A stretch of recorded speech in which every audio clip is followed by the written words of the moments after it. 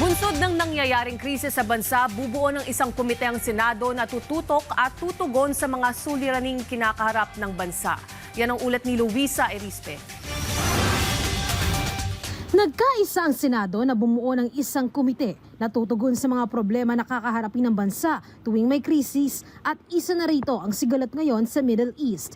Sa ilalim ng ipinasang Resolution No. 350 ng Senado, bubuo ang mataas na kapulungan ng ad hoc committee na susuri ng epekto ng gulo sa Middle East sa ekonomiya ng Pilipinas at pagbuo ng contingency plan para sa bansa.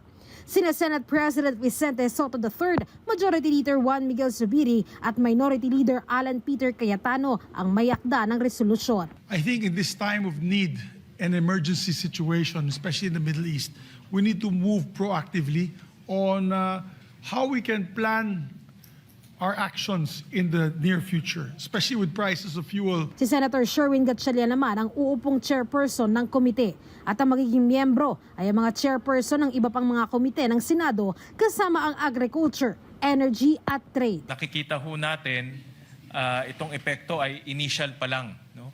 Ito ay paumpisa pa lang. Dahil kung ito po ay magtuloy-tuloy, ito po ay kakalat na sa ating ekonomiya.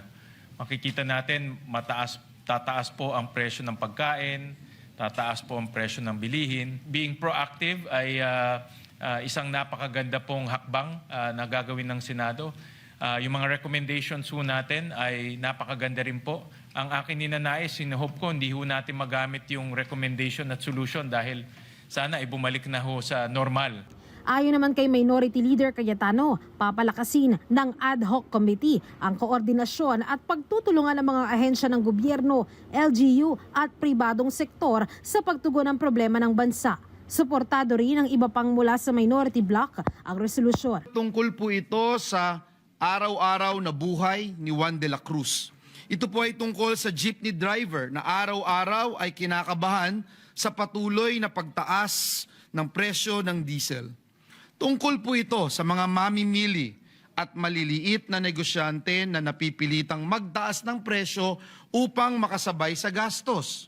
At higit po sa lahat, tungkol po ito sa pamilyang Pilipino na pilit pinagkakasya ang kita sa gitna ng patuloy na pagtaas ng mga bilihin. Ang panukalang ito ay ang legal at moral na obligasyon ng Senado upang protektahan ang ating bansa mula sa nakaambang krisis pang-ekonomiya.